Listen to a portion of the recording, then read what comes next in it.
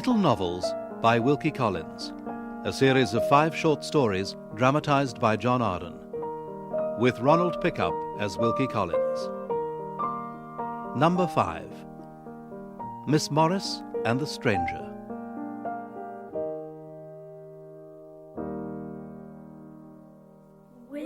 William, Henry 1, Stephen, Henry, Richard, John, Henry, Edward 1. These days this house is always full of children, hard at work under their governess. Succession of the kings of England, that's what that is. Like living in an aviary. Some of them my children, Martha being their mother. Some of them step-grandchildren by Catherine's daughter, Harriet. Oh, I still can't decide how on earth to write a will that will fairly apportion all my earnings amongst my 2 morganatic families. Such mixed-up relationships. I'm almost too old to keep count. Almost too old, certainly far too ill, to bother to read any new books. No, I prefer to reread. Today, no doubt, prompted by the proximity of the governess, Jane Eyre. Oh, so passionate. Published 40 years ago when I, Wilkie Collins, had written nothing but half an historical romance, for which I had no aptitude nor any qualification save a family trip to Rome, where I lost my virginity at the age of 13. True, the Signora did say she was a noble woman, in secret, in such a city, with a self-styled princess. I could almost believe we were inhabiting, what? The 5th century. And that's why Jane Eyre was to open my eyes so widely. Its peremptory hero, straight out of the murk of history by way of Lord Byron, yet the girl who shall curb him is a brisk North Country governess you could meet tomorrow morning on Bradford railway station just like that. Ancient atrocity, modern respectability, vinegar and oil within the one sensational narrative. From it I stole the formula for all my best work ever since. Today I'm not too well. I have to keep going at something. I've done more than steal the formula, pretty well stolen the plot. An up-to-date Jane Eyre, a bourgeoisified Rochester, rub 'em together incongruous. Do they fire off any sparks? When I first saw him, he was lost, in a little town beside the coast of Kent. They call it Sandwich. It was once a great seaport, then the harbour silted up, and now it is, what, one of the dead cities of England. I say, I have lost myself. People who don't know the town often do that. Which is my way to the Fleur-de-Lis Inn? The way you're going is the wrong way. Turn round, go back, turn to the left. Go on till you find 2 streets meeting. Take the street to the right and then... Complicated indeed. But I didn't stumble over a word. He should have understood. Follow the lane until you smell stables. And there you are, at once, at the back of the Fleur-de-Lis. How the devil am I to remember all that? Rude. But even the rudest may have redeeming qualities. I will show you the way to the inn, if that's what you like. Yes. When you were a boy, and you wanted something, did your mother never teach you to say please? She did. And she taught me to say beg your pardon when I was rude. I'll say it now. Beg your pardon. Thank you. If you'll walk with me.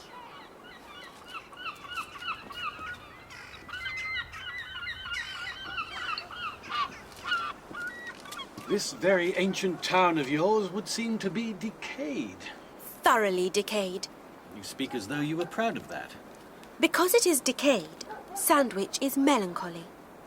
Melancholy is inseparable from dignity and age. Logic. You see, I am a woman who is well capable of logic. Now, you smell stables? You can't mistake your way to the door of the Fleur-de-Lis. Must we say goodbye? Yes. I have ordered lunch here.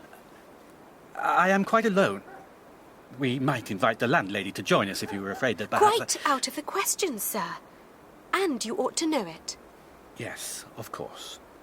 But perhaps you might just shake hands with me? Oh, and I was fool enough to do it. And then lost all my dignity by running away.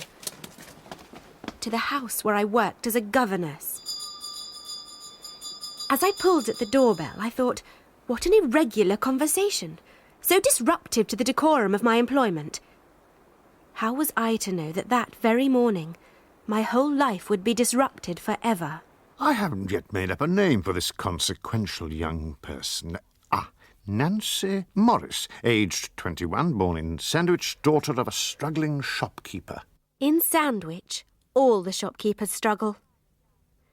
My father died when I was 13. My mother tried to sell the business. Nobody would buy. She fell ill, was often bedridden, most of the time left me in charge.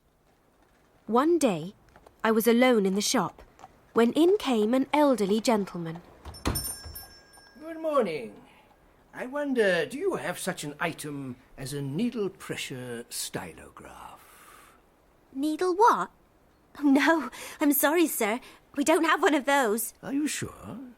A patent automatic pen, it carries its own ink. Oh, that! You mean a squirt pen. That's what we call it in the trade, you see. Of course, the trade. Would you mind if I asked you how old you are? So he asked me several further questions, and then, well, he patted me on the cheek. He did not seem to think such behaviour in any way questionable. 14 years old. Well. The fact is, young lady, I've taken a fancy to you. Oh. Your competence as a shopkeeper at such an early age, your spirited demeanour, your, the delightful look of you, only impaired, oh dear me, by your manifest ignorance and lack of education. Oh dear me. And thereupon he offered, all in a flush and a fluster, first to me, then to my mother, to pay for me to go to a high-class ladies' boarding school. His name was Sir Jervis Damien. He'd excellent references to his character and status. The offer was tempting. My mother must consider it, but... But my readers will be well aware that aged aristocrats and shopgirls are not, as a rule, the most reputable connection, as indeed Lady Damien maintained. Sir Jervis had only just married her. She was much younger than he was.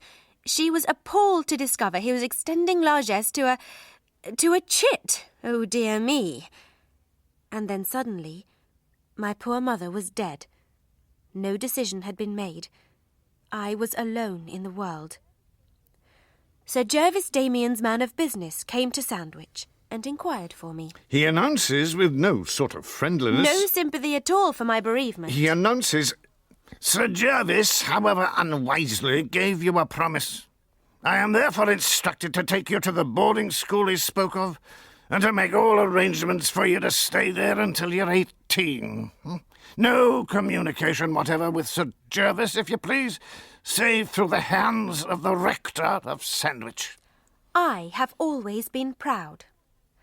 For the next 4 years, my pride alone was my support in a school where I made few friends, and could foresee for myself no future except... Except as a governess? Except as a governess, which many would have scorned. I myself scorned to make application where it was clear I was no longer wanted, I mean to Sir Jervis. So all upon my own, I found myself a place in my own hometown, instructing the children of a kind-hearted merchant. So, she's in Sandwich for the next 3 years, everything goes smoothly, until the story turns round on itself and brings us once again to the day of the... To the day of the disruption. The peremptory stranger, the man who said so forcibly that Sandwich was decayed. He was right. Upon that same day, my employer discovered himself insolvent. What was I to do? Stifle her pride and write to Sir Jervis? Oh, no. Even though I'd heard his jealous wife was no longer alive. This old man, who adored young women, had so loved her, her death must have broken him. So instead, I had to advertise. Yes, in the public print. Sordid, but it worked. For at once I had the offer of a situation in the north of England, at a salary which would double my income. A Mrs. Fosdyke, of Carsham Hall. I choose the north of England not because of Charlotte Bronte, but because it's a long way from Sandwich, and to get there she'd have to travel through London, where Sir Gervas had his townhouse. The rector of Sandwich had received a sudden letter, asking him to ask me to call upon Sir Gervas there, for a very sufficient reason. My child, I am dying. I wanted to see you before I die, for I know you must have thought me neglectful and unkind. You have not been forgotten. Sir Gervas, I owe everything, sir, to your fatherly kindness. I took hold of his wan, white hand and respectfully put it to my lips. He insisted he wished to do something more for me. Some little service to remember me by. What shall it be? Try to get better, sir, and let me write to you now and then. Indeed, I want nothing more. I thought of him all the journey to Carsham. When I got there, I had little chance to brood.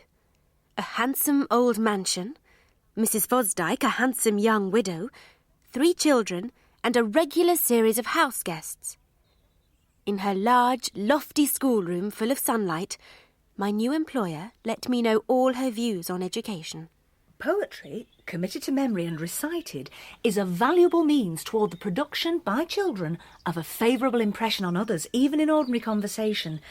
I therefore regard it as of the greatest importance to practice the children in the art of reading aloud. We had a professor of elocution at school. I hope a good one. I hope. Well, we shall see. I'll leave you to it. Henry Edward 1, 2, 3, Richard 2 upon his knee. To false usurper After a week, Henry 4, the children and I had begun to understand each other. Stop. That's quite enough of all those wicked old kings. Freddie, you have learned a piece of poetry for me, yes? Shakespeare, Miss Morris. Here, under leave of Brutus and the rest. Miss Morris? Oh, yes, and the rest for Brutus is an honourable man, so are they... Stop! We seem to know the words, but we must learn to say them with correctness of expression. Like this, pay attention. Here, under leave of Brutus and the rest, for Brutus is an honourable man. Expression, do you see? Try if you can do the same. Don't do anything of the kind, Freddie. It's all spoken wrong. What? Who said that? It's only Mr. Sachs in the garden below the balcony. I shall be obliged to close the window if this is repeated. I paused for an apology. Nothing. Now, Freddie, the speech once again, just as I told it to you. Come. Here, under leave... Gracious heavens, I cannot stand it. Why don't you speak it properly? No, sir, no. I forgot myself entirely, bounced out onto the balcony, and there... Oh, good Lord! Sandwich! Good Lord, he cried, and ran. Sandwich, good Lord, I thought. And then, like an idiot, I burst into peals of laughter, and likewise the children. So his name was Mr. Sachs, and clearly he was a joke in the house, and they were only too anxious to explain to me why. Do we know what is his Christian name, Freddie? Sextus, Miss Morris. It's Latin for number 6. But all the other 5 are dead, Miss Morris. Brothers and sisters. He's all alone. Which prompted me, of course, to ask, was he married? They said they didn't know. But they did know he was very poor. And he doesn't care who knows it. But he doesn't wear rags and tatters, so perhaps... At which point, into the schoolroom, Prudence, one of the maids, comes bringing me a note. She informs me she's to wait for an answer. It said, I am so ashamed of myself. Upon my honour, nobody told me when I got here yesterday that you were in the house. I thought it was a stage-struck housemaid, amusing herself with the children. May I accompany you when you go out for your walk with the children? One word will do, yes or no. No. Will you tell him so, Prudence? Thank you. He had compared me to a stage-struck housemaid. And yet, I would have preferred to say yes. I lingered a little as we put on our shoes and coats in the hall, preparatory to the walk. One eye upon the children, one ear out to eavesdrop. For there were voices outside on the steps. His voice among them, and... Freddie, your shoelace. Yes. They were talking about me. No need to introduce me to the new governess. Miss Morris and I have met on a former occasion. Oh, indeed, Mr. Sachs. Does that embarrass you? Or do you suggest it embarrasses her? We produced, I'm afraid, a disagreeable impression, both ways. I beg none of you to speak of me to her. Neither you, Mrs. Fosdyke, nor Miss Melbury, you. I say, Mr. Sachs. Freddie, come back here. Mr. Sachs, it's not true.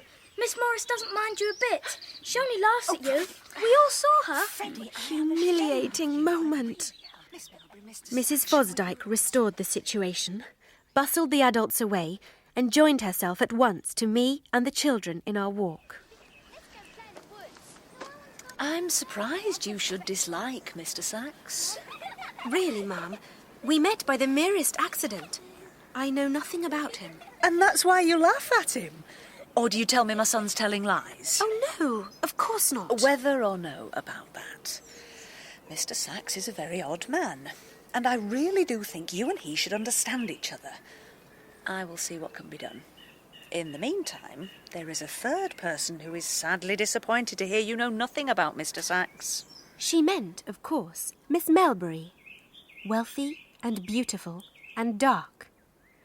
At which point, Mrs. Fosdyke decided to sing rather than speak. Oh, mon amante, oh, mon désir. In French, which she knew I understood, about love, which was quite off the point. So why was I so excessively angry? And with whom? Surely not with my well-intentioned employer, who suddenly astonished me with an entirely gratuitous invitation. Miss Morris, this evening I have a dinner party, so make yourself beautiful and join us later in the drawing room. Beautiful? Oh, indeed. In all my life, I never took such pains with my hair. Mr. Sachs was not quite sure whether to approach me or not. Won't you shake hands? Again? As at Sandwich? Very well. We shook hands. He sat down in my modest corner on the very same sofa as myself. And then, with one remark, he went and spoiled everything. What sort of sensation is it when you shake hands with a man whom you hate? If that is what you think, sir, let me freely resign you to a lady with a far better claim. You are neglecting Miss Melbury most shamefully. She was glaring at us like a basilisk, and yet he made no move toward her until she rose from her chair, took a song from the music stand and... Mr. Sachs, I'm going to sing. Please come to the piano and turn over for me. Ah, yes. Most certainly, Miss Melbury.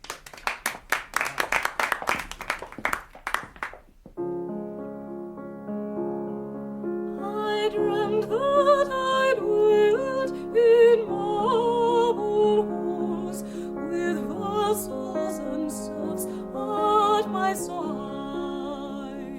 A dear old lady near me said Miss Melbury should be on the stage. I thought so too. So we talked about the stage, which meant I could take no more notice of Mr. Sachs. Until later, when the household was retiring for the night. He hovered about and offered me a bedroom candle. I handed it at once to Miss Melbury. Here you are, Miss Melbury, and if you want to travel to Babylon, let but your heels be nimble and bright. You may get there by candlelight. I beg your pardon? Oh, no, ma'am. I beg yours. Only a bit of a nursery rhyme. I did try to keep it in the schoolroom. It wouldn't stay. At breakfast next morning, most unexpected news. Mr. Sachs was no longer with us. He had left by the very first train, and none of them would admit they knew why. Nor did they know that I ran to my room and gave way most degradingly to floods of tears. Throughout the next few dreary days, no words of significance from Mrs. Fosdyke, silent detestation from Miss Melbury, and then at last, an empty house. The guests all returned to their homes, Mrs. Fosdyke on a visit to Scotland, myself left alone with the children. High time I brought her to the moral dilemma without which no story can properly conclude. She's alone. She gets a letter from Sir Jervis Damien's man of business. He writes to inform her, in the coldest possible terms, that Sir Jervis... Sir Jervis? Oh, God! He was dead! And more than that, the letter said that... It says that the will of Sir Jervis is not yet proved, but I can inform you confidentially that he has bequeathed to you absolutely the whole of his personal property, £70,000. And then, after that, in most cunningly guarded language, it went on to imply that my influence upon Sir Jervis had been unutterably shameful. The writer made a point of pointing out... He points out, and with glee, that there is a surviving close relative of the late Sir Jervis, whom the will does not even mention. In the event of this gentleman disputing the document, you will of course hear from me again. I would never have taken money to which someone else held just claim. At least, I do not think so. But now I'd become subject to this vile accusation. How could I be sure what I would or would not have done? How could anyone be sure that at the age of 14, when I first met my benefactor, I had not allowed him to... No. Oh, no. No! In vain she attempts to determine is her feeling of ineradicable guilt due to the fact that she is in fact guilty, or is it an hallucination not unlike one of my opium visions, brought upon her by this avalanche of enormous and unmerited wealth. Either way, her motives for whatever she shall do next are utterly crucial. Yet she gives herself no time to think. She splashes the ink everywhere. What is she writing? What? Sir, I refuse to receive the bequest. Please arrange that the money be transferred to the surviving close relative. Even supposing that justice be done to my motives, I insist that no expression of thanks be addressed to me. I am doing no more than my duty. It was done. And I'd brought myself back from the brink. Oh, so they had to show me I was morally suspect. How sharply was I tempted to confirm the suspicion?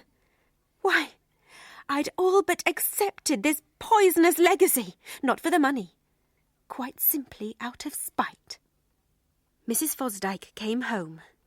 I was still full of spite. Must have been, for she said, "My dear Miss Morris, you don't look at all well. I believe I know why. You have had some little time to contemplate and repent your bad behaviour toward Mr. Sachs." "Oh, Mrs. Fosdyke, please." "Was he really to blame for not being rude enough to say no when a lady asked him to turn over her music? Why, the very next morning he fled from poor Miss Melbury right out of the house. You didn't know that was his reason. Ah, but did you deserve to know? Certainly not, after the vixenish manner you handed her the bedroom candle. All I can say is, thank heaven Mr. Sachs is too poor to marry you and take you away from my children, at least for a good long time. Shall I write to him, do you think, and ask is he prepared to forgive you?" "Oh, no. But, oh, yes. She was a matchmaker. In the upshot, a successful one, but so very, very nearly not. For next day, I had another letter about the will. It included the name of the surviving close relative, a Mr. Sextus Cyril Sachs. Oh, gracious God, I was buying myself a husband, just as I had previously been bought by a rich old man. Prostitute both ways. I was petrified with horror, sat upon the floor of that schoolroom like a corpse. Mrs. Fosdyke came and found me, compelled me up into the open air, compelled me to tell her about Sir Jervis, about the will, the accusation, everything. Don't you see? He does not know that I did not know it was going to turn out to be him. And you think he won't believe you when you tell him. So why should not I tell him? Sit on the bench here and wait for me to find him. Find him? Mrs. Fosdyke, where is he? I imagine by now he will be strolling up from the railway station. He likes to take the shortcut through the wood. I will go and meet him and return to you at once.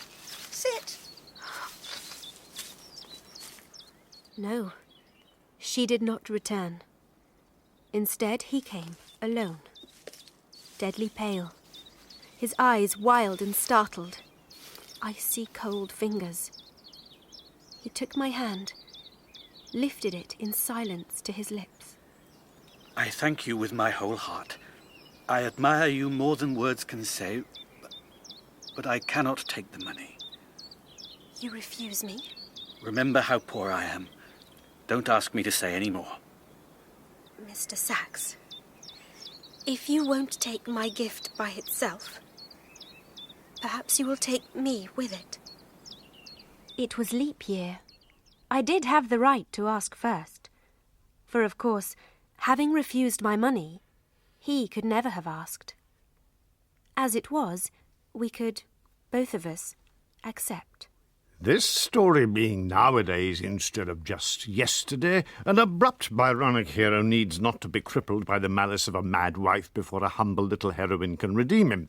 A misunderstanding over piles and piles of money should be more than sufficient, and I'm certain it's quite as distressing. Oh, I make my will and remake it every quarter of the year.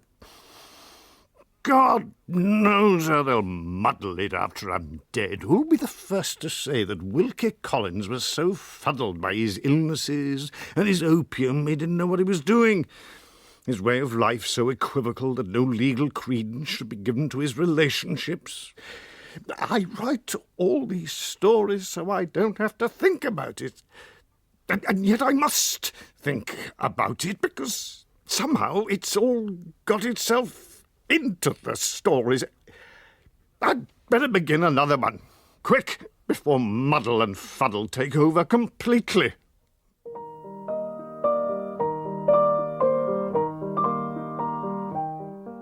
In Miss Morris and the Stranger by Wilkie Collins, dramatised by John Arden, Ronald Pickup was Wilkie Collins, Deborah Berlin, Nancy Morris, Alistair Danson, Sextus Sachs, Hugh Dixon, Sir Jervis Damien, Jane Whittenshaw, Mrs. Fosdyke, Alison Pettit, Miss Melbury, Lucas Rush, Freddie, Katie Lucy, Miss Ellen, and Katie Clark, Miss Eva. The pianist was Colin Guthrie. The director was David Blount.